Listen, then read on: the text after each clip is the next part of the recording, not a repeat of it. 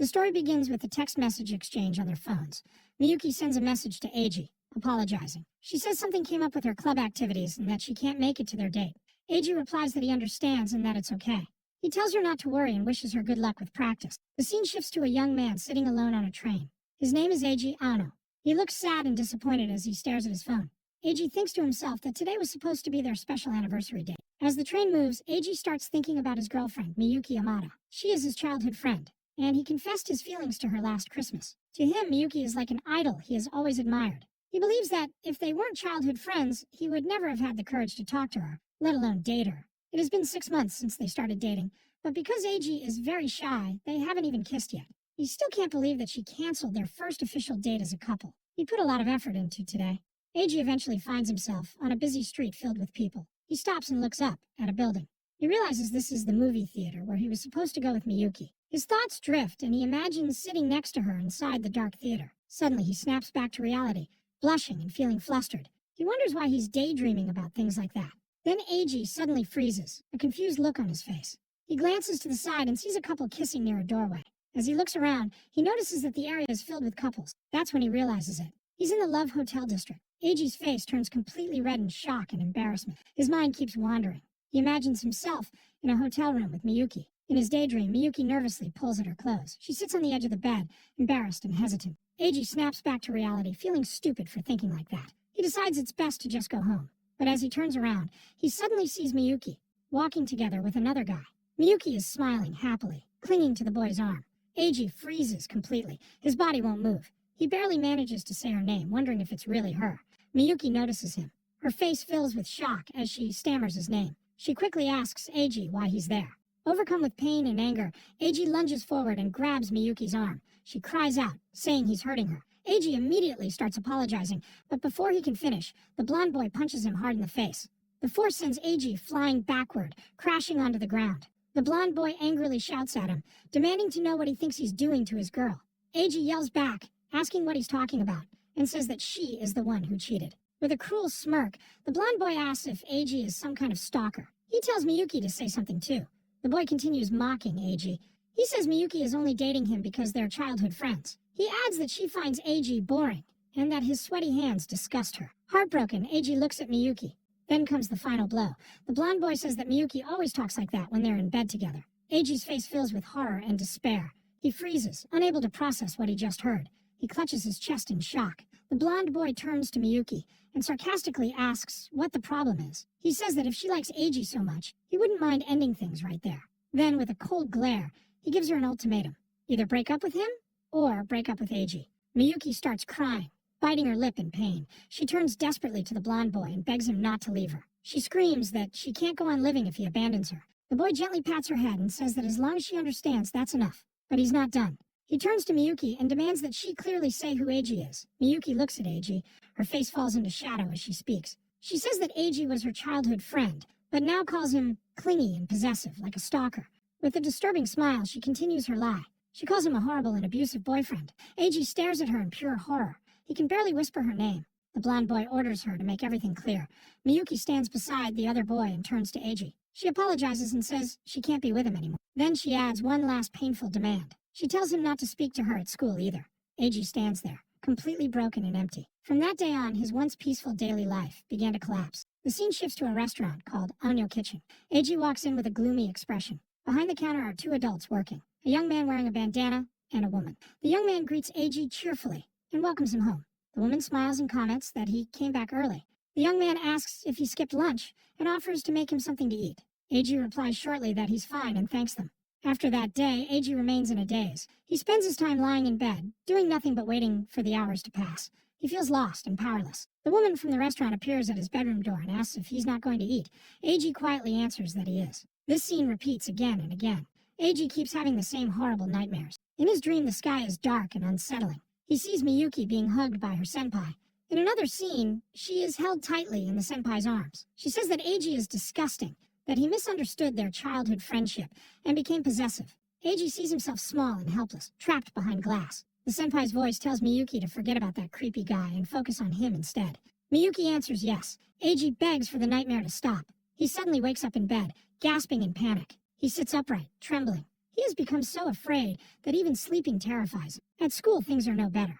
A friend casually puts an arm around Eiji and cheerfully asks if there's anything new with Amada-san. Eiji forces an awkward laugh, not knowing how to respond. Later, Eiji sees Miyuki walking with her friend. Miyuki has her back turned, but when she notices him, she looks surprised and softly says his name. Her friend immediately steps in and tells Eiji not to get involved with Miyuki anymore. She calls him a disgusting abuser. She grabs Miyuki by the arm and pulls her away.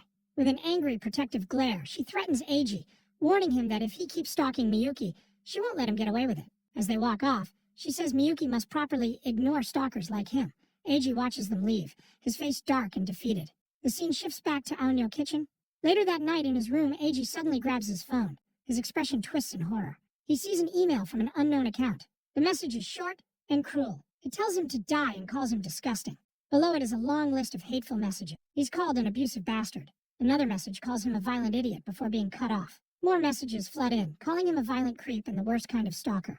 The insults echo in his mind, accusing him of betrayal and telling him to die. Eiji can't understand what's happening. He desperately thinks that he did nothing to deserve this. He jumps out of bed in agitation and despair as the messages keep coming. They tell him never to return to school. They call him scum and demand that he give up. The next day at school, Eiji walks slowly down the hallway. He stops in front of his classroom door, his hand shaking. He tells himself it's okay and that he should act like it's a normal day. The moment he enters the classroom, every student turns to stare at him. The room falls into an uncomfortable silence. Eiji walks to his desk and sits down stiffly. He remains frozen, his face pale with horror. He feels surrounded by hateful stares and whispered words telling him to disappear. They call him disgusting, annoying, trash. He thinks again that he did nothing wrong. Suddenly, Miyuki's friend slams her hand onto his desk. She shouts at him to shut up and calls him a criminal. She angrily says there's no way Miyuki would lie. Eiji is stunned. She adds that Kondo-senpai from the soccer club said he saw everything. At that moment, Eiji understands the harsh reality. Two school celebrities versus someone labeled a criminal like him. With firm conviction, she declares that anyone would know who to believe. Eiji lowers his head, completely defeated. He thinks that he doesn't want to hear anything anymore. He rests his head on his desk, wondering why everything had to turn out this way. While the rest of the class laughs and chats, Eiji sits alone outside on a bench, eating his lunch. His phone buzzes with a notification. The message says that today's club meeting has been suddenly canceled, and that there's no need to attend. Eiji thinks there's no one left in class he can trust. Still, he decides to go to the club room. He thinks that maybe, despite the cancellation, someone might still be there. From behind the door, Eiji hears voices. One club member asks if the other made sure to lie and tell Aono that the meeting was canceled. They say they messaged him during lunch and add that it's scary just to see him. Another asks what they should do with the draft Eiji drew. The reply is cold. They already threw it away. Then comes the final reason for their contempt. They say he doesn't even have talent, yet still puts so much effort into the manuscript. Their cruel conclusion echoes in Eiji's mind. They think he's truly pathetic. Tears run down Eiji's face. Suddenly an idea comes to him. He thinks that maybe Professor Ayas is still in the classroom. He rushes there, but stops at the door when he hears voices. Inside, he hears Miyuki's friend Hayagi talking to the teacher. Hayagi says she thinks Miyuki has been very worried lately. Professor Ayas replies that it's rare for Miyuki to have any trouble and asks if Hayagi got involved because she's too kind. Miyuki speaks quietly and says she's fine. Eiji turns and runs down the hallway. As he runs, he remembers Professor Ayas's encouraging words from before. He reaches his locker and opens it. Inside is another cruel note. The note threatens him, warning that if he complains, they'll go after his family's shop. The school day ends and students begin heading home. Eiji is shown running away from the school. He returns to his family's restaurant. The doorbell rings softly as he enters. The woman inside welcomes him and asks if there was no club today. She says she understands, mentioning that it was canceled at the last minute. With concern in her eyes, she tells him that he hasn't been looking well lately and reminds him to get proper rest. Eiji thanks her. His mother tells him that even if she and his brother are tired, the children don't need to worry about their parents. His older brother agrees, telling Eiji to just enjoy school. That's all he needs to do. Eiji knows that ever since their father passed away, his mother has never cried in front. She always smiles, so they won't worry. His brother has done his best to protect the family and the restaurant in their father's place. With a forced but determined smile, Eiji says he'll do his best. He believes that as long as he keeps enduring, no one else has to suffer. The scene shifts to Miyuki's room early in the morning. She sits alone on her bed, unable to sleep. Ever since that day, she hasn't been able to rest. She keeps thinking that maybe it was all just a bad dream. She wonders why everything had to turn out this way. She imagines what might have happened if Kondo-senpai hadn't been there. She thinks she might have clung to Eiji, crying and begging not to break up. When she saw Eiji being bullied, she almost cried herself. But she tells herself she can't cry. She believes she's the one who has no right to cry. Her friends misunderstood the situation and thought she was just inexperienced, so they introduced her to Kondo Senpai. Miyuki remembers trying to refuse, but Kondo Senpai was the ace of the soccer team, athletic, smart, handsome, and kind. Unlike her and Eiji, who were each other's first love, Kondo Senpai had a more mature view of relationships. To Miyuki, he seemed incredibly attractive. He flirted with her, saying it was obvious any guy would be interested in a cute girl like her. He joked that, if it were him, he would have already tried something, then laughed, and said he was only joking. He was always attentive. He asked if she wanted another drink and offered to get it for her. With a serious expression, he told her she was very attractive, and suggested that maybe Eiji was just intimidated by that. The flashback continues with the city lights in the background. Kondo Senpai pulls Miyuki close and kisses her deeply. Miyuki thinks about everything she should have shared with Eiji. She realizes it didn't take long for Kondo Senpai to take it all away. The scene shifts to a bedroom. With a confident smile, Kondo Senpai tells her it's fine. He says that if someone doesn't make a move on a girlfriend as attractive as Miyuki, that's that person's fault. He continues manipulating her, insisting that she isn't to blame. He tells her it was Eiji who failed as a man. Miyuki realizes she must have been the perfect target. She admits that part of her felt relieved as the guilt slowly faded. Once she became fully dependent on him, she felt there was no way back. Kondo Senpai suggests they go out on the 30th since the club meeting was canceled. Miyuki hesitates and says that day is Eiji's birthday. Kondo Senpai reacts with clear annoyance and looks at his phone. He says it doesn't matter and that he'll just invite another girl instead. Miyuki is left completely shocked, unable to respond. Then Kondo Senpai turns the blame onto her. He accuses her of always putting Eiji first and says he's tired of chasing her. He tells her they should break up. Panicking, Miyuki begs him to wait and asks what he's talking about.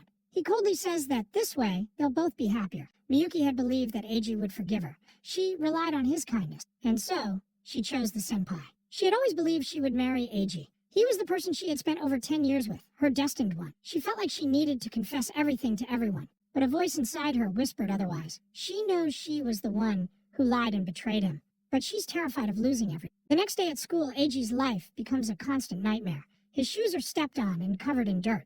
When he reaches his desk, he finds trash and hateful notes scattered across it, telling him to die.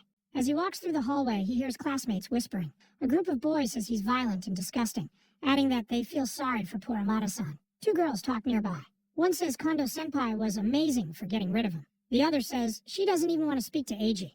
Eiji enters a classroom and looks at the blackboard. His blood runs cold. The board is covered in cruel words and photos of him. There are pictures of Eiji and even a photo of his family's restaurant. Horror hits him.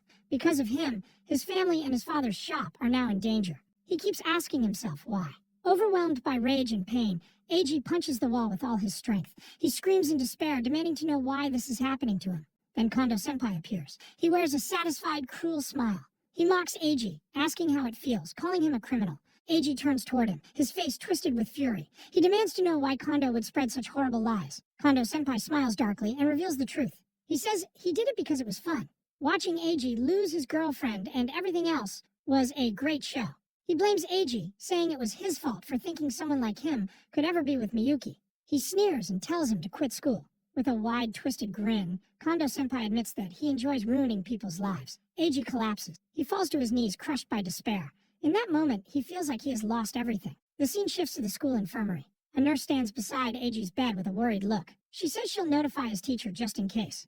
Eiji lowers his head and quietly thanks her. He sits on the bed, staring forward with empty eyes. A terrible realization settles in his mind. No one is going to help him. He believes even the teachers will trust the smart and capable Miyuki over someone like him.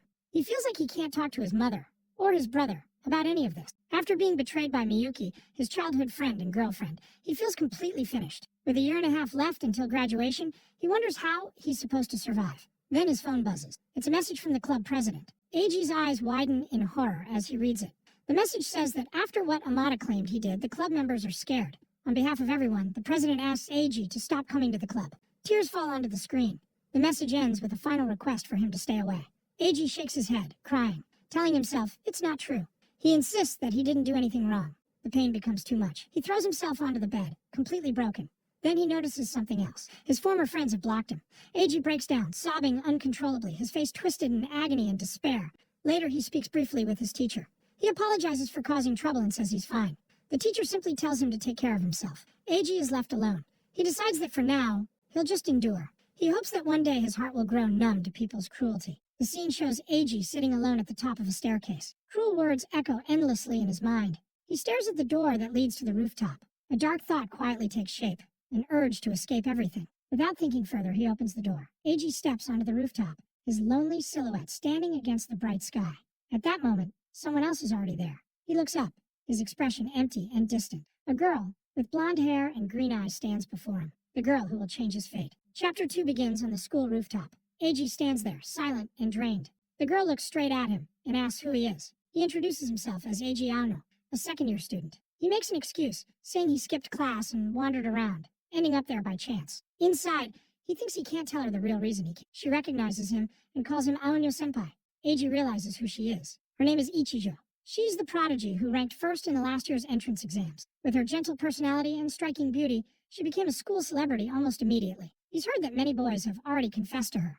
Ichijo looks annoyed, wondering why he showed up at a time like this. Eiji explains that he just wants somewhere to hide until lunch break ends. He mentions the bad rumors about him and politely asks to be left alone. She refuses, firmly. She says the rooftop is hers, and she won't give it up. Eiji asks if she's sure, reminding her of the rumors. Ichijo says she knows about them. Even so, her answer doesn't change. Eiji is shocked. She sighs, clearly irritated, and says she already told him. Those are just rumors. She hasn't seen any of it with her own eyes. Then she adds that love, in the end, is almost like a disease. She asks why people believe a one-sided story told by only one person. She says that these days, people believe only what they want, when it suits them. She finishes by saying it's disgusting to point fingers at someone without even knowing if it's true. Eiji lowers his head. A small glimmer of hope appears in his eyes. Hesitantly, he asks if that means she believes him. Ichijo answers firmly. She says it's not about believing or not. Crossing her arms, she states with conviction that judging someone based on one-sided biased gossip is simply wrong. Her words hit Eiji hard. His eyes widen in shock. Tears well up as relief washes over him. Quietly, he says, "Thank you." Ichijo freezes, clearly caught off guard. With an irritated look, she asks why he's thanking her of all people. Eiji lets out a small laugh and says that if she doesn't understand, that's fine. The two stand alone on the school rooftop. Suddenly, heavy rain begins to pour. Eiji suggests they go inside so they don't catch a cold. Ichijo sharply tells him to leave her alone. Rain soaks her face, making her look even more irritated. She yells at him, asking if he still doesn't understand. Frustrated, she demands to know why she's there all by herself. Eiji, completely confused, asks what she means. Ichijo says it doesn't matter. She adds that she doesn't care if she gets sick from the rain. In a hollow voice, she explains that for her, tomorrow doesn't really exist. Eiji freezes. Panicking, he follows after her and tells her to wait. Ichijo turns around, her face soaked with rain and anguish. She screams at him to leave her alone. She angrily asks what part of her words he doesn't understand. Acting on instinct, Eiji rushes forward and grabs her wrist tightly. He shouts for her to stop. Rain crashes down as Ichijo struggles, panic flashing across her face. With a firm voice, Eiji yells, "That's enough!" Suddenly, Ichijo slips on the wet ground and loses her balance. She screams as she falls. Eiji lunges forward and catches her, but the two crash hard against the fence at the edge of the rooftop. Ichijo shouts at him, demanding to know why he protected her. She starts to say that if the railing had been weak, Eiji cuts her off and tells her to stop. His emotions finally burst out. He yells that he doesn't think there's any reason not to help someone. Then, without thinking, Eiji shouts something shocking. If she really wants to disappear so badly, then at least she should spend today with him. He adds that they should skip class together. Ichijo stares at him in total shock. She yells at him, irritated, asking if he even understands how serious this is. After venting her frustration, she finally lets out a sigh. She says she guesses she doesn't have much of a choice. They sit down on the rain-soaked rooftop. Then Eiji makes a quiet confession. He admits that he also came to the rooftop feeling cornered, never imagining he would end up stopping someone else instead. Ichijo is completely stunned. Eiji stays seated, watching her. Tears stream down her face, but a faint smile appears. She agrees with him. She softly says, "Yee, that's just how it is." The rain keeps falling as the two sit side by side. For a brief moment, there is calm and understanding between. Eventually, Eiji suggests they go inside. Ichijo agrees. Eiji offers her a handkerchief and tells her to use it. She hesitates, but he insists. With a slightly embarrassed look, she accepts it and thanks him. As she dries herself, Ichijo blushes and tells him not to stare at her. Eiji quickly looks away and apologizes. Then he glances back. She looks shy as she continues drying her hair. Ichijo teases him, saying he's staring again right after she told him not to, calling it harassment. Eiji panics and apologizes repeatedly. Calming down, Ichijo asks what they're going to do now. With a subtle smile, she reminds him that since he invited her to skip class, he must have a plan. Eiji admits he doesn't have one. He says he only said it out of desperation. He thinks to himself that this is what her smile looks like. Ichijo scoffs at the thought of confessions she's received. She asks why people think she'd go out with random guys. She says being approached out of nowhere is creepy.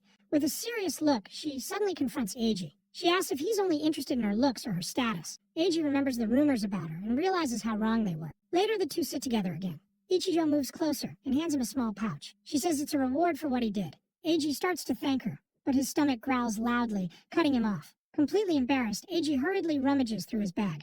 Relief washes over him when he finds an onigiri, a rice ball he had forgotten about. Trying to sound casual, he offers Ichijo half. She happily agrees. Taking a small bite, her eyes light up. She says it's delicious. Curious, Ichijo asks if it's tuna with mayonnaise. Eiji nods enthusiastically, explaining that it's a classic convenience store onigiri. He's surprised she's never tried it before and asks seriously if that's really true. With a look of wonder, Ichijo asks if everyone actually eats things this tasty. Eiji smiles broadly and tells her yes, and that there's so much more out there. He adds that leaving the world without discovering simple treasures like this would be such a waste. Ichijo grows quiet. A soft expression crosses her face, a faint blush appearing on her cheeks. With renewed energy, she declares again that it really is delicious. Clenching her fist, she says she's officially curious now. Smiling, Eiji suddenly makes an unexpected invitation. He asks if she wants to come to his house. Ichijo freezes, completely flustered. She can barely react. The scene shifts to the two of them, leaving the rooftop and walking down the hallway. Ichijo asks how they're supposed to get out of the school, pointing out that the main entrance is locked. Eiji asks, jokingly, if she's planning to jump the gate. She immediately snaps back, indignant, reminding him she's wearing a skirt. Grinning, Eiji quickly says he was joking and that he knows that. Ichijo makes a sound of disdain, clearly unimpressed. Eiji then explains that there's an iron side door near the main entrance. Using a simple explanation, he lays out the plan. The door can be unlocked from the inside and closes automatically. You can't enter from outside, but leaving is easy. Ichijo narrows her eyes suspiciously and asks how he knows about a door like that. Eiji teases her, saying that a model student wouldn't know these things. He adds lightly that skipping class once in a while doesn't hurt anyone. With a determined look, he says it's fine, and that they should go for it. He reaches out and takes Ichijo's hand. Almost immediately, Eiji turns bright red. Ichijo notices and asks why he's blushing so much, telling him to stop hesitating and just hurry up. Then she pauses and asks if he's sure about this, holding hands with a girl he just met. She admits that saying she's comfortable would be a lie, but she adds that if this were a play or a movie, it would feel completely normal. Blushing deeply, Ichijo makes a surprising confession. She tells Eiji that it's actually the first time she's ever held a boy's hand, and that he should appreciate it. Eiji is so flustered, he can barely function. Suddenly filled with resolve, Ichijo tightens her grip and pulls him forward. "Let's do this," she says. Eiji thinks to himself that he's definitely turning into a tomato now. As they run away from the school hand in hand, a voice calls out in the distance, asking what they think they're doing. They don't stop. They don't look back. It feels like leaving the past behind and stepping towards something new. With her face partially hidden by the shadow of her hair, Ichijo questions herself in silence. Why was she skipping class with someone she had just met? She remembers how many times she had heard similar words during confessions. "I'll protect you." Those phrases always stirred something painful inside her. She didn't want to hear them anymore. She recalls all the boys who tried to win her over with promises of protection. How those words made her feel trapped, as if she were being wrapped too tightly. But Aono-senpai was different. He never said the word she hated. His kindness felt genuine, almost to the point of worrying her. She wonders if staying by his side might help her escape the place she'd come to dread. The scene shifts. A young man with light-colored hair stands among flowers, radiating arrogance. His name is Kondo Sei. He declares confidently that he is the center of the world. He remembers his flawless life. His father was an influential city councilman. He himself attended a prestigious school, one of the top 3 in the prefecture. There he became the ace of the soccer team, even leading a struggling squad to the national tournament. With his athletic ability, he could dominate any team. He had height, good looks, and intelligence. Even without studying much, he always stood out. Since childhood, popularity had come naturally to him. From his very first girlfriend in elementary school, he had never lacked attention. Girls were always around, and relationships came easily. But one memory from 8th grade stood out. An unpopular, quiet boy, the class otaku, was dating the group's idol, a painfully pure relationship between childhood friends who believed they'd marry someday. Kondo watched it with scorn. As expected, the girl soon fell for him instead, abandoning her former boyfriend. She said being with that boy had been the most embarrassing period of her life. She mocked him cruelly. The betrayed boy broke down, remembering the promises they had made to each other. To Kondo, it was nothing more than entertainment. He and the others laughed, calling it hilarious. He even recorded the girl's insults and played them back for the boy, just to savor the moment. The satisfaction of conquest filled him with a twisted pleasure. From then on, he learned to enjoy taking what others cherished. Kondo Sei broke up with the girl as soon as high school began, calling her stupid for not understanding the obvious. She cried in despair, asking why he was suddenly talking about breaking up. She screamed that she had thrown everything away just to be with him. With a cruel smile, Kondo Sei typed on his phone. He said he truly hated easy women. Then, without hesitation, he told the girl standing before him that he hated her and that it was over. Her eyes filled with shock and despair, but to him, it was nothing more than another amusement. The former class idol, once admired by everyone, had reached rock bottom. From a life of popularity, she had fallen straight into misery. For Condorcet, ruining the lives of both men and women at once was what brought him the greatest pleasure. He laughed, declaring that watching the suffering of others was entertaining. Then he chose his next target, Eiji Aono and Miyuki. His accomplices spread messages through their phones, and rumors began circulating. A post appeared on social media. Please share this. This girl is being abused by her boyfriend, Aono. It showed a bruised arm, fueling the lie. Meanwhile, inside the classroom, Miyuki was overwhelmed with anguish. She realized that Eiji Aono hadn't returned since the morning. The classmates who had scribbled insults on his desk were now desperately trying to erase them. Her heart tightened. She wondered if Aono-senpai had given up on school because of her. Amid her anxiety, she reflected on her own naivety. She had never imagined that Condorcet would spread such cruel rumors. Her eyes faltered, and her hands trembled. But when she looked out the window, she saw Eiji Aono in the distance. Her eyes widened with surprise and hope. She called out his name, shouting desperately. However, what she saw next left her paralyzed. Eiji Aono was not alone. He was running hand in hand with another girl. Miyuki's smile froze. She couldn't understand. A deep shock pierced her chest. She questioned herself again and again, nearly losing her sanity. With teary eyes, her face twisted into hatred and confusion, as she wondered who that girl was. Later, Professor Takayanagi, responsible for Class 2B, resumed attendance as the second semester began. He called names one by one until he reached Eiji Aono, but there was no reply. On Eiji Aono's desk, hateful words had been carved in large letters. Die, loser, get out. The teacher stopped roll call and asked if anyone knew where Eiji Aono was. The students exchanged tense looks, until one replied that Aono-senpai had said he felt unwell, and went to the infirmary. The teacher said he would check, but first ordered everyone to head to the gym. Miyuki shrank in her seat when her name was called, her body trembling and sweat dripping down her face. In the hallway, Nurse Mitsui rushed over, urgently saying she needed to talk about Eiji Aono. The teacher explained he hadn't gone to look for him yet. The nurse, distressed, admitted Eiji Aono had seemed strange, and that she should have stopped him from leaving, even by force. She insisted they search the entire school, and the teacher agreed to notify the vice principal. The vice principal listened and, concerned, ordered a strategic meeting after classes. He asked the teacher to investigate in detail what had happened with the students. The teacher nodded firmly. Back in the classroom, the teacher addressed the students about property damage. The class grew restless. He explained it referred to Eiji Aono's desk. Some averted their eyes nervously, while others stared at the carved insults. He declared that even if someone believed Eiji Aono was a bad person, nothing justified writing insults on his desk. Destroying school property funded by families' taxes was a serious offense. Miyuki shrank further, unable to lift her gaze, her face marked by regret. The teacher then stated he would not allow the situation to be dismissed as mere bullying. This was not a childish prank. It was a crime. He told them to engrave that deeply in their memories. About 30 minutes before Takayanagi-sensei's scolding, the administration had called an emergency meeting. In the meeting room, the principal rushed in and apologized for being late. The vice principal, Takayanagi, and Iwai-sensei were present. The principal thanked Takayanagi for reporting quickly, stating that nothing was more important than addressing such serious news. Takayanagi admitted it was also his own failure for not controlling the class and said he deeply regretted it. Iwai-sensei responded that teachers have too many responsibilities to handle everything, and that Takayanagi had done his best. The students themselves had tried to hide the incident. The principal added that it was better to focus on the next steps, rather than dwell on the past. He agreed that Iwai-sensei was right. Iwai explained that while Takayanagi-sensei was questioning the students, he had called Eiji Aono's parents. He wanted to know how the boy was after leaving school early. He told them that Eiji Aono had felt unwell and asked if he had returned safely. They replied that he had arrived home without issue. The principal sighed in relief and said that was good news. He then announced that they needed to protect Aono-kun. He warned that if the boy began skipping school or decided to quit, everyone would lose a great deal.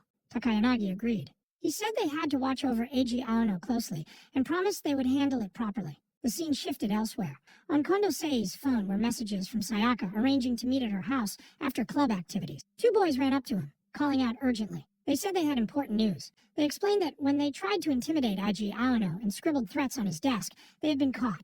They added that Takayanagi-sensei was going to investigate the case. Condorcet grumbled that the overly kind teacher had moved quickly. He had expected the matter to be hushed up.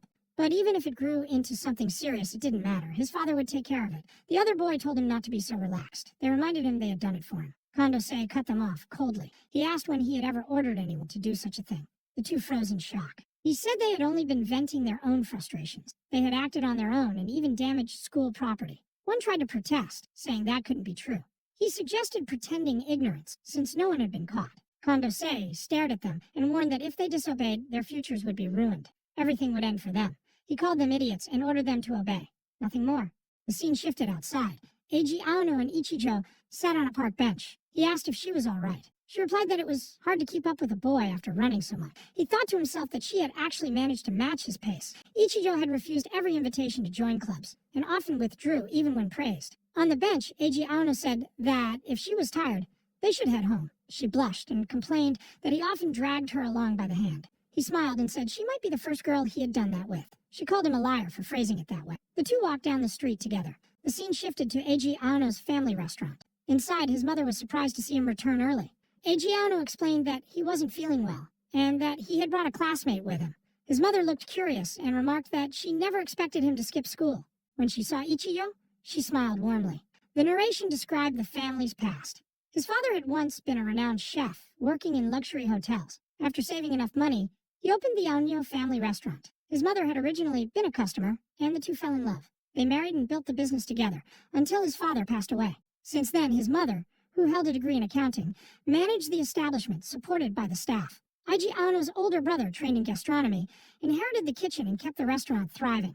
Back in the present, their mother asked the two students to use the restroom in the back while business picked up. She said she would prepare lunch for them. Eiji Aono thanked her and invited Ichijo inside. The girl stepped in shyly. With a polite bow, she introduced herself. "My name is Ichijo. I'm a junior classmate of Aono-senpai. He's always looked after me. I'm sorry for intruding." His mother and brother were momentarily speechless. They muttered that they had never expected Eiji Aono to bring home such a cute classmate. His mother quickly became cheerful, praising Ichijo and telling her to relax and treat the place like home. Ichijo thanked her with a gentle smile. Inside, she looked over the menu and asked Aono-senpai for a recommendation. He replied that the house specialty was curry rice. Her eyes sparkled. She said it looked delicious. Meanwhile, Eiji Aono had already placed the order. He apologized, saying the place was small. Ichijo looked around and replied that she actually found it very interesting. She mentioned that her apartment didn't have a Japanese-style room like this one. This space was used by his mother and brother, and Eiji Aono explained that they kept many culinary books there. She smiled and said that made sense. The room felt warm and cozy. She also commented that his family seemed very close. Their mother entered carrying the food and apologized for the wait. She explained that it was the special lunch set. Ichijo's eyes widened as she admired the dish. His mother added that there was a special service. After the meal, they could choose coffee or tea. Ichijo replied that she would like tea. His mother brightened and asked if she really liked black tea. She confirmed that she loved it. His mother smiled even more, happy about the coincidence. Eiji Aono thought it made sense since he liked it too. They sat at the low table. His mother said she would return later with the drinks and left them alone. Eiji Aono and Ichijo placed their hands together and gave thanks for the meal before beginning to eat. She took her first bite and smiled, saying it was delicious. As she chewed, Eiji Aono reflected silently. Not long ago he had wanted to die. Now he was sitting here watching his kohai smile over a meal. She tried the tonkotsu soup next, and said in surprise that it was also delicious. Eiji Aono explained that it was a special recipe from his late father, made by simmering vegetables and onions for a long time. Even with little salt, it kept a deep, rich flavor. He added that he was very proud of his father. She was moved. She said his father must have been a good man, and that she could feel the love in the recipe. Eiji Aono smiled, and said that praising the dish was like praising his father. He was glad she had tasted it. Then Ichijo called him Aono-senpai and quietly asked if she should keep living. Memories of sleepless nights resurfaced for her. She confessed that she always felt pressure weighing on her. She remembered standing on the rooftop, staring at the sky after making her decision. But she had met someone who risked himself to save her. Tears filled her eyes, as she admitted that her resolve to die was starting to weaken.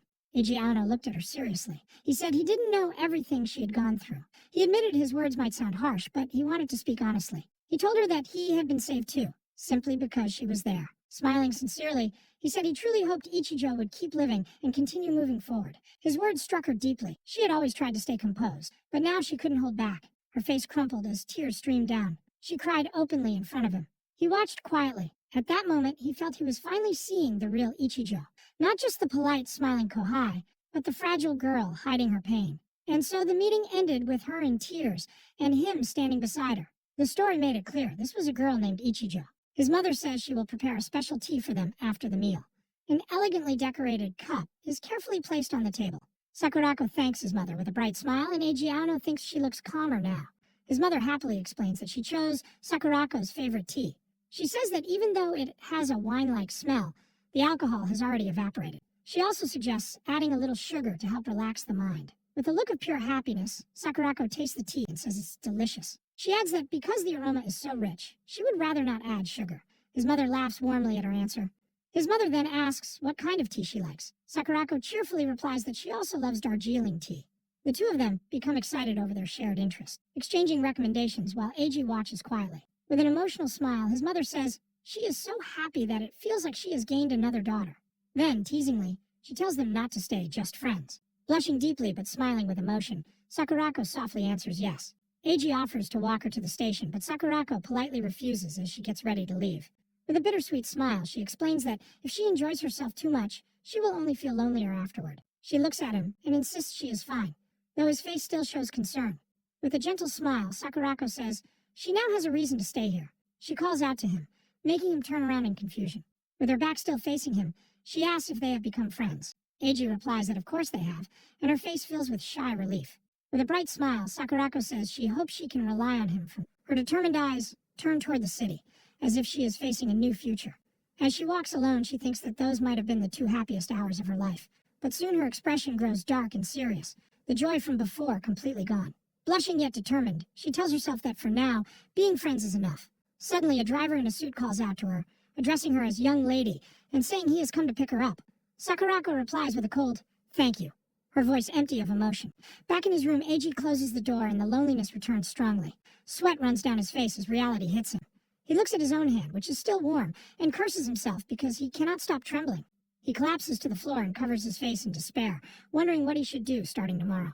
Memories of torment come back, and the shadowy figures of his classmates seem to haunt him in the empty classroom. He thinks that only when he talks to Sakurako can he forget the pain of his daily life. With a small, honest smile, he wonders if she saved him, or simply led him somewhere completely different. His phone suddenly vibrates. He assumes it must be another fake account trying to harass him. But to his shock, the message is from his friend Satoshi, apologizing because his phone had been broken. Eiji remembers happy childhood moments he spent with Satoshi. More messages arrive quickly, with Satoshi desperately explaining that his phone broke during a competition.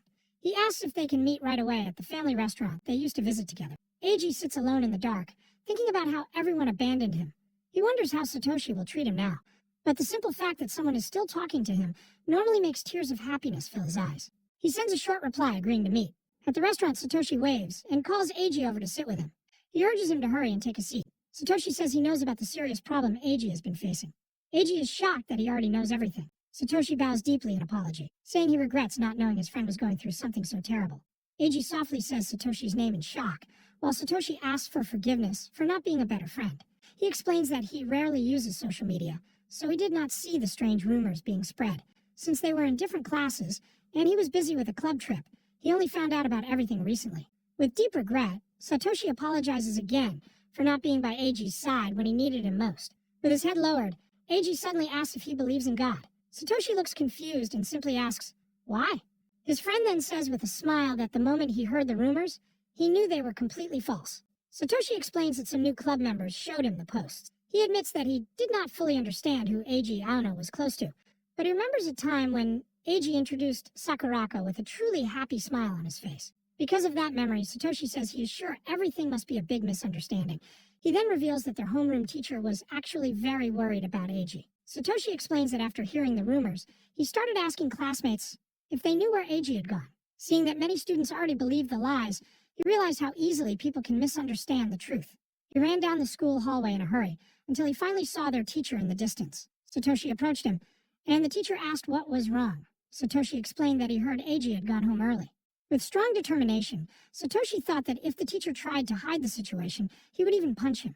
But to his surprise, the teacher immediately apologized and asked Satoshi to tell him everything he knew about Eiji's situation.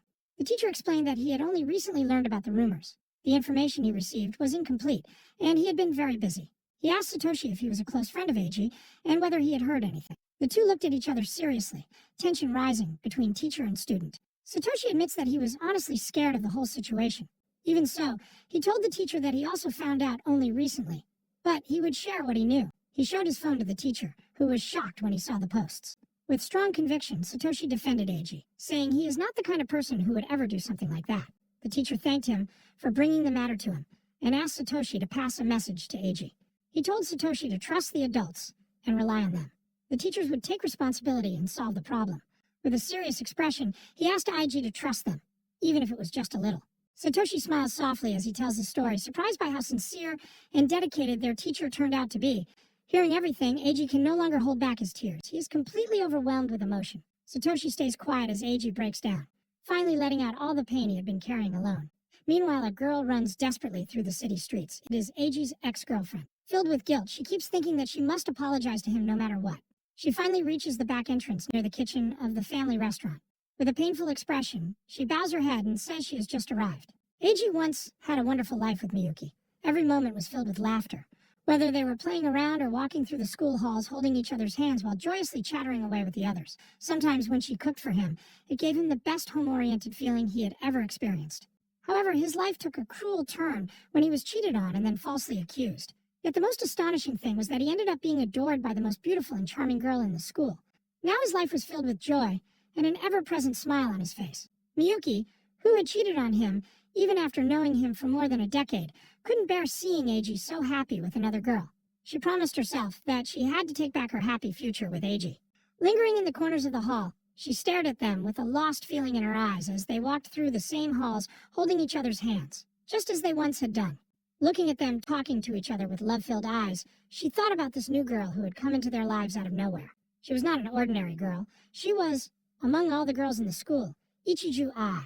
She then saw them standing in front of Eiji's home, where they were all talking enthusiastically. Ichiju was explaining something to Eiji's mother, who was looking at her with wonder.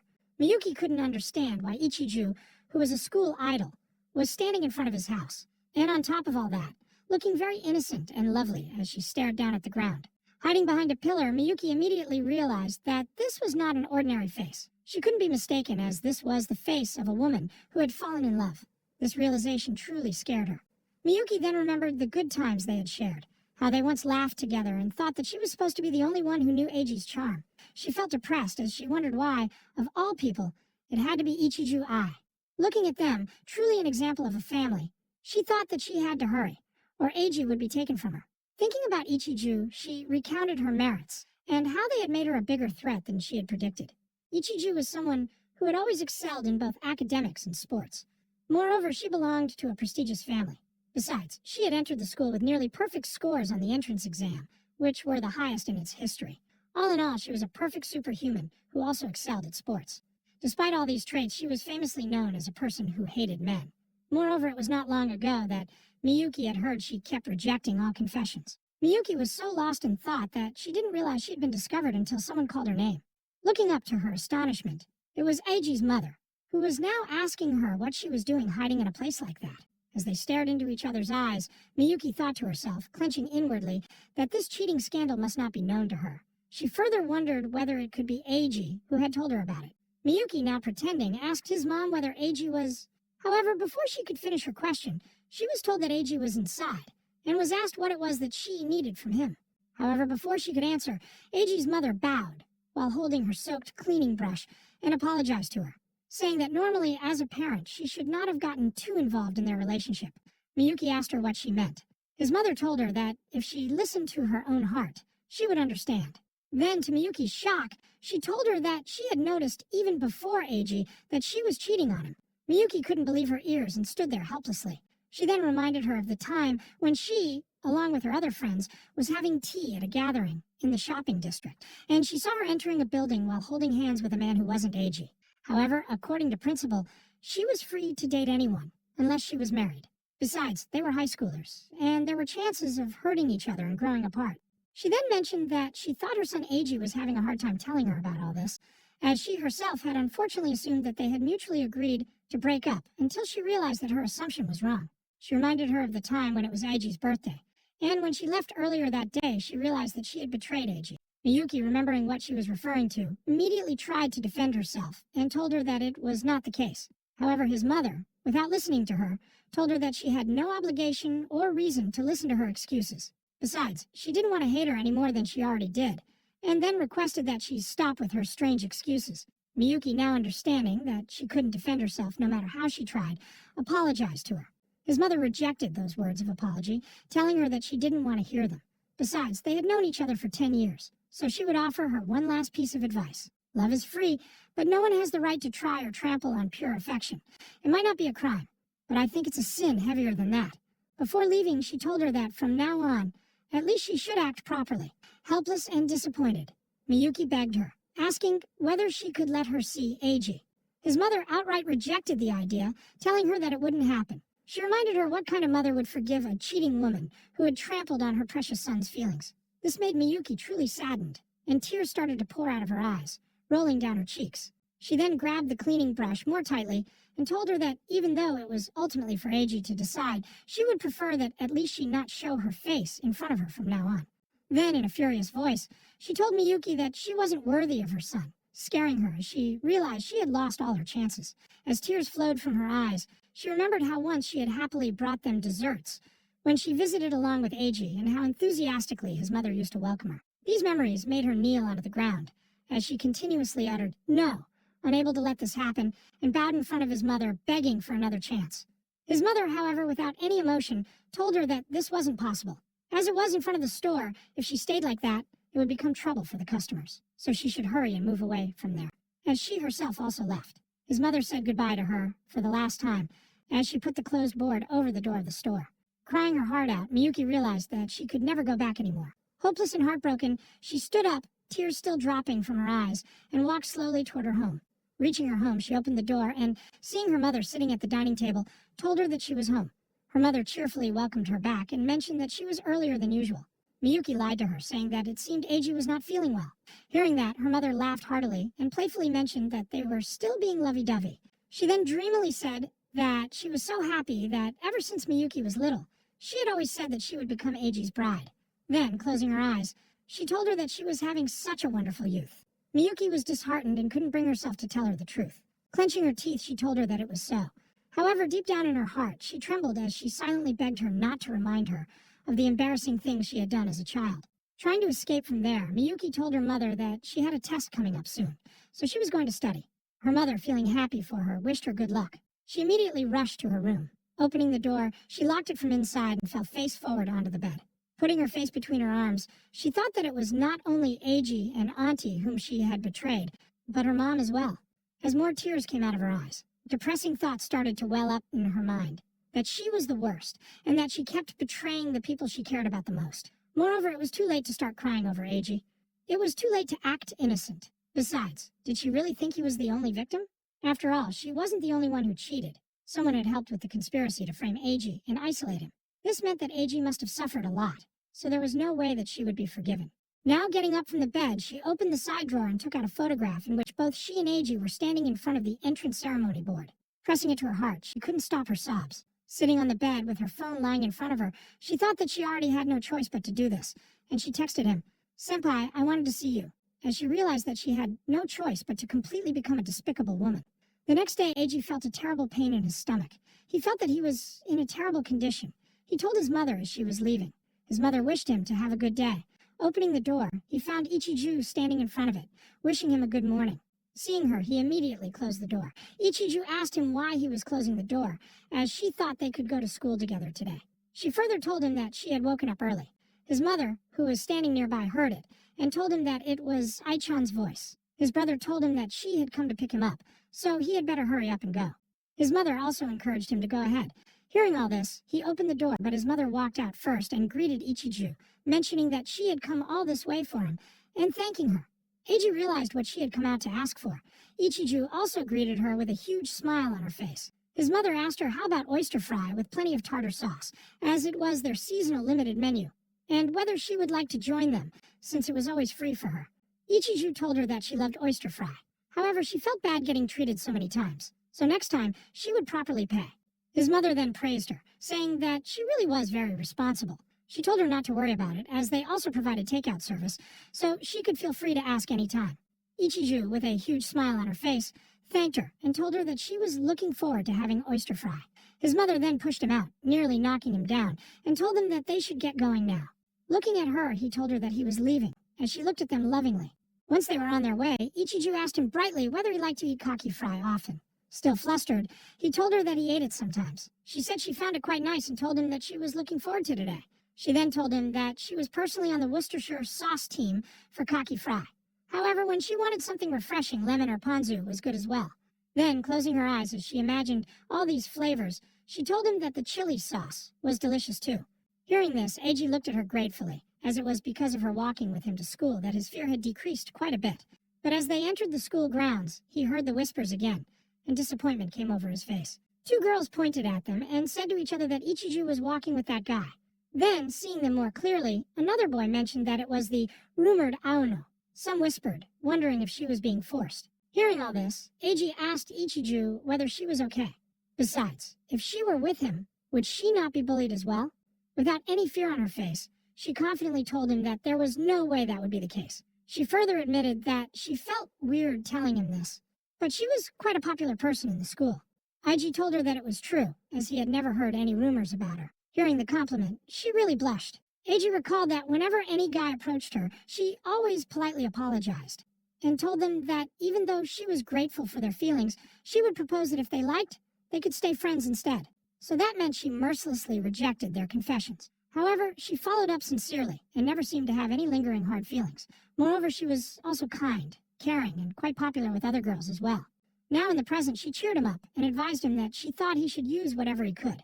So, if he walked with her, then it would be a lot safer for him.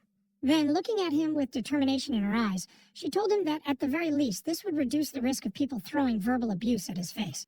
She further explained that if things went well, then today's rumor would overwrite all that slander, as girls tended to like suspicions about love affairs more. When she tried to add more, he interjected and told her that he didn't want her reputation to drop because of him. Hearing that, she looked at him lovingly and told him that he was kind, but was being too considerate. She then told him that she didn't need a reputation that would drop just from walking to school with a close friend. The same people who directed malice at him without even knowing his character properly were not people she wanted anything to do with. This came as quite a shock to him, and he expressed that it was quite amazing, while tears welled up in his eyes. Seeing that, she told him that it was still too early to cry. Besides, when everything was over, they should cry together a lot. Eiji thought about Satoshi and how, thanks to him, he had found the resolve to go to school. Moreover, thanks to Ichiju, he had gained the determination to fight together. So he still felt that he could believe in people. He was so lost in thought that he didn't realize they had already reached the school gate. Ichiju asked him whether he would walk home with her again as well. Flustered, he asked her whether it would be okay. Pouting her mouth, she asked him what he was saying, as she was the one asking whether they could walk home together. Everyone around them was staring at them with bewildered eyes. Eiji realized that even on the way home, she wanted to protect him, and he requested her to please do it. Ichiju was happy and clapped her hands as she told him that she should then better treat him to kaki fry. Then she said in a funny voice that she was just kidding and left for her class. He then opened his hallway drawer, remembering that whenever he used to open it before, he would find notes there telling him to die or to leave the school. But today, when he opened it, to his astonishment, he only found his shoes inside. He looked around to check whether everything was normal. Iwai Sensei, who was standing nearby, called his name and greeted him good morning. He then told him to go and meet Takayanagi Sensei in the staff room, as he had been worried about him since yesterday. This came as a shock to Eiji, but he agreed to do it, while the other students thought that Iwai Sensei was keeping watch on him. Iwai-san looked at him with proud eyes as he walked away. On the other hand, as Eiji thought about the staff room, he realized that it would really make him stand out, and that was a feeling he didn't like. Besides, there were teachers who suspected him as well. He found Takayanagi Sensei standing in the hallway, waiting for someone. Eiji called out his name and wished him good morning. Eiji, on the other hand, asked him why he was outside. Takayanagi Sensei told him that, given the situation, it would be hard for him to enter the staff room alone. Hearing that, Eiji thanked him. He told him that it was a bare minimum consideration, so there was no need to thank him. However, for now, he just had to tell him what had happened. He then pointed towards the meeting room and told him that they would just use it for now. When Eiji asked him why they were not using the guidance room, Takayanagi Sensei asked him whether he would prefer that. He explained that the guidance room had an atmosphere where the teacher inevitably ended up in a superior position. Besides, this time, he wanted to talk to him on equal footing, so he was not planning to use it. Eiji told him that he preferred the meeting room as well. Takayanagi told him that he had expected as much. Entering the meeting room and sitting on a chair, Takayanagi Sensei pointed to the chair beside him and told Eiji to sit near him, as it would be easier to talk rather than facing each other. Takayanagi told him that before they got into hearing his story, there was something he needed to say first. He then bowed to him and told him that he was really sorry, shocking Aono Eiji. He told him that he had failed to notice his unusual state yesterday and had let him go through such painful feelings. Still keeping his head down, he added that he bore some of the responsibility for that incident as well, so he was truly sorry. Eiji, coming out of his shock, told him to raise his head, as he himself had not consulted anyone. Besides, the fact that he had noticed it this quickly was quite amazing. Or rather, but Takayanagi-sensei interrupted him and thanked him. He then told him that he had heard fragments from Imai yesterday, so he roughly understood what had happened. Then looking at him, he said that whenever he was ready and his feelings were sorted, even little by little would be fine. He then asked him whether he would tell him. Eiji overheard a couple of girls talking about him. He was so disturbed by the horrible remarks that were being made about him. He was traumatized by the cold glares. Miyuki told the group of girls that he was the worst and most abusive boyfriend ever. The girls were looking at him with extreme disgust, while the blonde boy was cheerful of all that situation. He overheard students who were discussing his traits. One among them said that she heard that he was snitched to the teacher. The others were shocked to learn that, and they asked her if it was real. They commented on him after being the worst and abusive, and still he was playing victim. The other boy asked forgiveness, as he had rushed things, and he didn't have to force himself, as there was no need to talk today. Eiji said that he was sorry, but the boy replied that he needed not to apologize. Sensei asked Eiji if he was thirsty, and he needed to drink something. It was normally not allowed to sit and drink there, but that day he was going to give him a special treat. He asked him again what he wanted to drink. Eiji replied that he wanted to have cola then. Sensei asked him to wait there because her was going to get cola for him. Eiji tried to stop him, as it was almost a time of the first period. Sensei answered it was something that the adults were handling privately. The first period was of world history, and it was being covered by the vice principal. The vice principal used to teach history and geography after all. Since I told him at that time the school's top priority was to support Aono, who should be suffering the most. Eiji was stunned to hear. His eyes were full of astonishment. He thanked him. Sensei brought 2 drinks for himself and Eiji. He told him that the drink was way too hot, so he would break his sugar restriction and drink 2. Eiji asked Sensei why he believed him. Sensei answered him by raising his fingers. Dad, there were 2 reasons behind believing him. The first one was that most students were caught up in irresponsible rumors, a kind of group panic, and they and adults could look at it more objectively since they were just a little more mature than the students. Sensei asked him if he had seen online, flame was a lot. From that perspective of the online mob, the flamed person was absolute evil. They delude themselves into thinking that they were justice and hurled terrible abuse, but often the origin of the flame was unclear. In times like that, when people spread rumors and hurt others so easily, they might lose everything themselves, and they didn't even notice what they have lost. The one participating in the harassment against him was exactly like that. Eiji got a flashback at how he went through all that situation exactly the same as described by Sensei. Eiji asked while being afraid, what if he really was the guy the rumor said? Sensei said that the possibility of that thing wasn't zero either. He further said that the second reason was related to that thing. He said that no matter what kind of a trouble Aono got caught up in, he didn't look like someone who would use violence. Sensei also told him, Dad, he didn't seem like someone who would deserve that kind of underhanded harassment either. And it was a teacher's intuition about him. He felt relieved in his words and pondered on them. And then he said to Takayanagi-sensei there was something that he wanted to consult with him about. He started telling Sensei the whole sum of truth by sitting next to him. He told him that he knew that he was dating Miyuki. Sensei confirmed that it was Amada Miyuki. Eiji continued telling him that he had his birthday on August 31st. He had planned to hang out with Miyuki, but she refused to come, as she answered that she couldn't make it. So he started to walk alone in the town. He was surprised to see Miyuki walking in the shopping district with Kondo-senpai. He got frustrated to see her moving with some other guy while on his birthday. He ended up grabbing Miyuki's arm to confront her. He didn't think that he used that much force to drag her, but Miyuki was of the opinion that it hurt her a lot. On seeing this, Kondo-senpai intervened, and he punched him right on his face with full strength and started shouting that he was a violent guy and a stalker bastard. He kept on shouting that over and again. Sensei asked him what Kondo was saying, as he was stunned and surprised to learn that. He said that it wasn't just cheating, it was a violence incident. Eiji continued telling him. After that, Kondo-senpai asked Miyuki to choose between him and Eiji. Then he told him that Miyuki chose Kondo right in front of him. It was so heart-wrenching for him. Sensei tried to console him and said that he knew it was quite hurtful for him, and he must have endured huge pain because of that reason.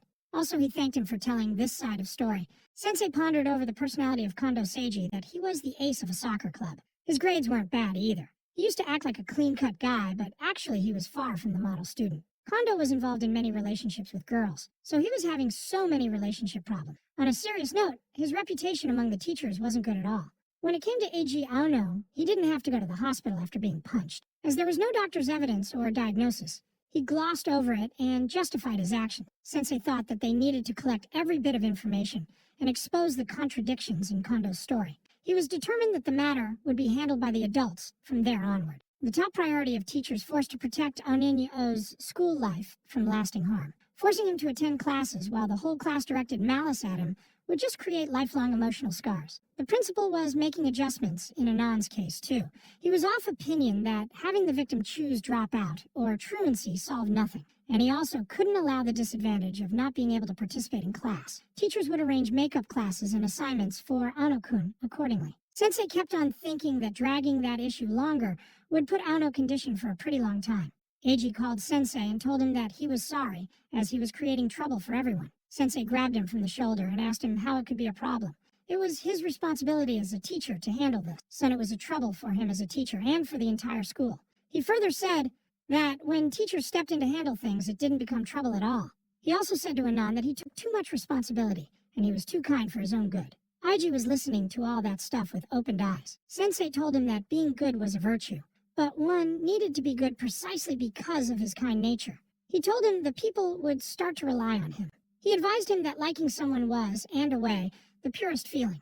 If that got trampled on, even adults would be torn apart. He told him that other teachers are also worried about him. He suggested him to talk to friends like Imai or his family, or anyone whom he could trust. He told him that he himself was available for him at any time when it would be painful to rely on someone. He advised him firmly that he would be feeling so bad and in extreme stress, he must put himself first. For that cause, he was begging him to give him priority. Sensei was walking alongside him within the school. He told him until he had calmed himself down, he could rest in the nurse's office instead of going to class, and he would make sure that he could do makeup lessons starting tomorrow. He took him to the nurse's room. Ano thanked him. He entered the room by excusing himself. Nurse was surprised a bit by his presence. She told him that he must have been rough by pitying him. She told him that his body might be fine, but he went through something awful, so he didn't need to push himself. His heart was exhausted. Ano answered that it felt reassuring knowing the teachers were properly looking out for him. The nurse replied that Takayanagi-sensei was the one working hardest for him, so at least he needed to remember. That he nodded. Then she asked him if spending 7 hours in the nurse's office would be pretty boring. She told him that she had borrowed some books from the library so that he could read it for the sake of distraction. Eiji Onyo answered that if he wasn't going to do anything, he would be feeling quite depressed, and he would get crushed by all the negative feelings. He wanted to keep himself busy, and he asked if that was okay. She answered that he didn't need to make it too obvious. She then winked toward him by placing her finger on her lips and said that it was a secret between him and her. A bit later, the nurse came back and saw that he had already finished a book. She told him it was pretty fast. She asked him if he wanted to take a little break and offered if you wanted to have some tea. Ono asked if that was okay and allowed there. She further told him that she was going to give him a green tree because she couldn't drink coffee, so she didn't keep any around. He out of the blue asked Mitsui-sensei why she decided to become a teacher. He also apologized to her for asking that question out of nowhere. She answered that she got her teaching license more like a safety net. She probably didn't have anything to do. She said while lifting her cup of green tea, she said she probably shouldn't be saying this to a student. She continued that it was just the two of them, so she decided to be honest. He asked him if she became a teacher right after graduating college. The nurse replied no. She said that actually she joined a regular company first and transferred there 5 years ago. He was surprised to learn that, as he figured that she had been a teacher for her whole career. She told him that she wanted to become a teacher once she was in a college, but she gave it on it then. Eiji Ono was surprised to learn all those facts. The nurse replied it was not something she couldn't talk about, and she asked him not to worry about it. She continued, in a way, she ran away from that company. Student teaching was fun for her, and people around her said that she was suited for it, but she said she was scared of it. Ono asked the reason behind it. She answered that a teacher could easily change a child's future with just one word. It was a heavy and enormous responsibility. Once she realized that thing, she got scared. He asked her if she was still scared. She answered that yes, she was still scared. She told him that he was at the most important stage of his life. With a cheerful smile on her face, she said that she was feeling like talking about herself a little and asked him if he was going to listen. He answered yes. She continued saying it at her old job. She was struggling with the relationship at work, and her heart was completely worn out. It was one of those old school at job culture type companies. Even when her mind and body worked at their limit, all she could do was keep pushing. And the harder she pushed, the more it worsened her down and brought her closer to the edge. But she couldn't talk to anyone about it, and she just drove herself further and further into a corner alone. Eventually, she collapsed from overwork and ended up in the hospital. She was getting all the flashbacks of how she suffered. When she woke up, her mother was crying beside her. Her mother was saying that she was sorry as she didn't notice sooner. Her mother and she were living separately. They only talked on the phone occasionally. There was no way she could have noticed anything was wrong with her. Aijiano was listening to all the accounts with full astonishment and shock. Sensei told her that her mother was telling it why she went to her. She said that it would have been something she would regret for the rest of her life. After that, her mother got mad at her. She kept saying at least she should be there for her. It made Eiji Ano consider his situation that he was sure he would have ended up the same way. If Ichijo-san and Satoshi and Takiyanagi-sensei hadn't noticed, he would still be forcing himself to class, putting up with the harassment. Sensei consoled her and said he was going to be okay as they were there for him. About 4 hours ago, Ichijo-san entered the classroom. She was thinking that yesterday she slipped out of the class and skipped school. She was called up by the girl who asked her if she was okay, as she heard that she wasn't feeling well. She answered that she rested yesterday and got better. She was just a little overheated. The girl said it was still hot out. She didn't need to push herself. Ichijo thanked him for worrying. Ichijo-san was thinking about her behavior at the school. Her mask at school being kind to everyone, but keeping just enough distance. That way she wouldn't be isolated, and she would not give anyone the wrong idea. She was thinking about her condition, that she really thought that she was in such trouble that she wanted to rely on someone, but couldn't. So she ended up covering herself like she did yesterday. At school, she had to play the role of Ichijo that everyone expects. She felt pathetic for suffering under that contradiction. He was thinking about her condition, who she really was. Nobody ever looked at that.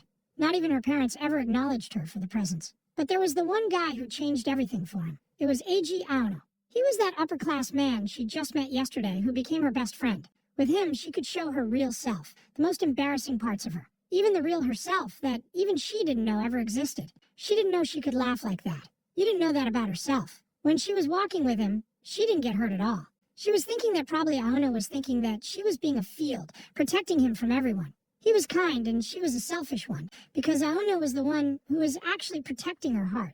That was why she thought that she wanted to spend as much time as possible with the people who mattered to her. The girl stopped her again and asked if she could ask her a question. She asked that she saw that Ichijo-san and that upper-class man everyone was talking about, walking toward the school together. Ichijo was stunned at her question and asked her if she was asking about Aono-senpai. So many girls came near her for the sake of confirmation. They started talking to each other. They were surprised at how she could be hanging out with the upper-class man who caused that violent incident. That could not be right, and was definitely a mistake. Ichijo-san confidently announced, but she was the one who went to his place and walked to the school with him. Girls got overwhelmed to hear that she went to his place as well.